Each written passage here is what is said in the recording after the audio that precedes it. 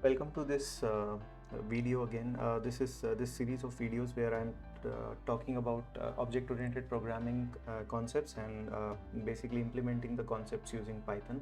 So in this video, in continuation from our previous set of videos, this video I'll be looking at a special method for classes in Python, that is the init method. To understand the need for init and to understand how the init method works, let's say we have a class called employee,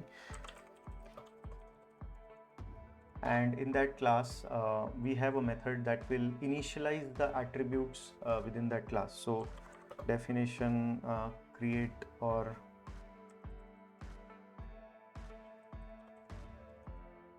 create employee. Let's say this is the name of my method and I pass the self attribute to it, and self dot name is let's say something as mark. Okay. And then I have another function which will display the employee details, display employee self, and what this will do is simply just print the name of the employee. Okay, self dot name. Okay, so these are the two methods, and let's go ahead and define a main block, and let's create an object for this. So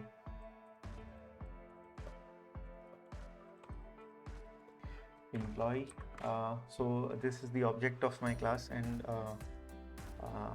let's call the create method first, employee dot create employee, and then after creating, let me call the display method so that whatever object is created, we will be able to print and see the output. Okay, so now if I run this function, as you can see, the first method created the employee with an attribute name and assigned the value as mark, and the second method basically just printed out the value contained within that particular name attribute for the calling object.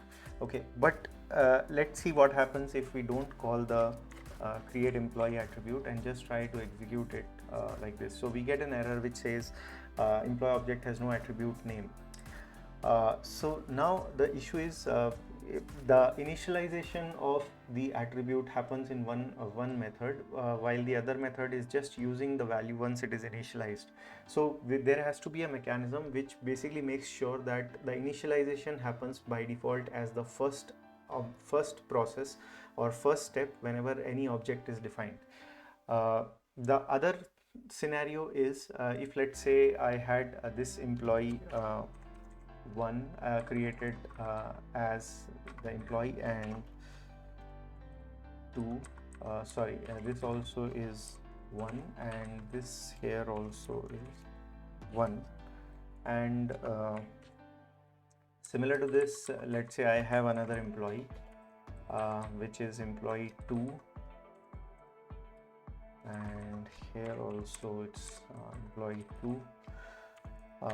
Now let's say we have these two objects created, and if I run this, the other problem that we now see is no matter what object I create, because my create employee initialization method is basically passing a static or hard-coded value to the attribute name, I'm always going to get the same value for this.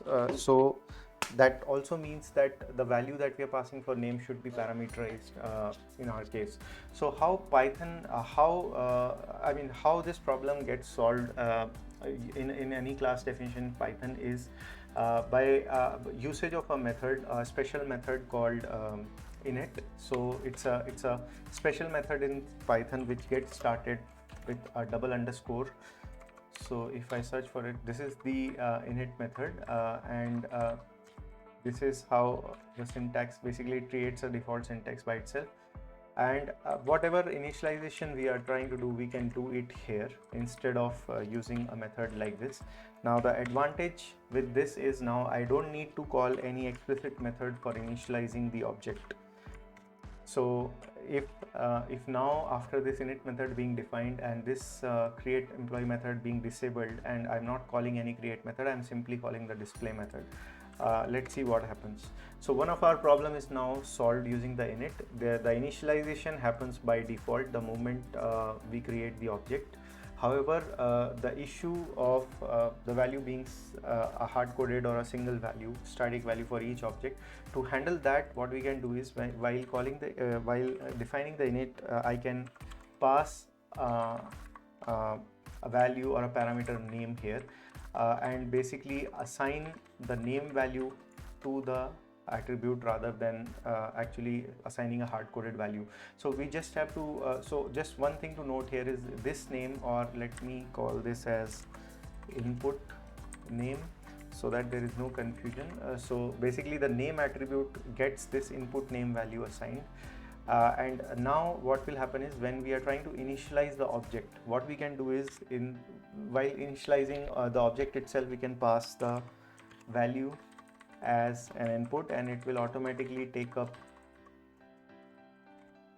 that value as the name. And if I will execute this and try to call the function, now as you can see, for the first object or the first employee, the value gets stored as Mark, and for the second employee it automatically gets stored as Harry.